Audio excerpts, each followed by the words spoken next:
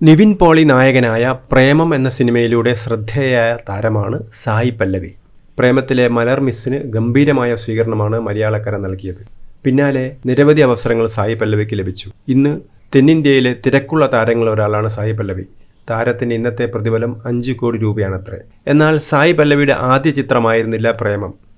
ലോഹിതദാസ് സംവിധാനം ചെയ്ത കസ്തൂരിമാൻ എന്ന സിനിമയുടെ തമിഴ് റീമേക്കിലാണ് സായി പല്ലവി ആദ്യമായി അഭിനയിച്ചത്.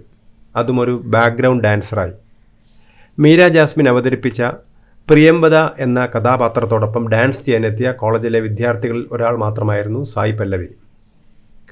അഭിനയിക്കാൻ വേണ്ടിയായിരുന്നില്ല കസ്തൂരിമാൻ്റെ സെറ്റിലേക്ക് സായി പല്ലവി എത്തിയത്. കണക്ക് പരീക്ഷ എഴുതാതെ മുങ്ങിയതാണ്. ഹൈസ്കൂളിൽ പഠിക്കുമ്പോഴേ ഡാൻസ് ചെയ്യുമായിരുന്നു താരം.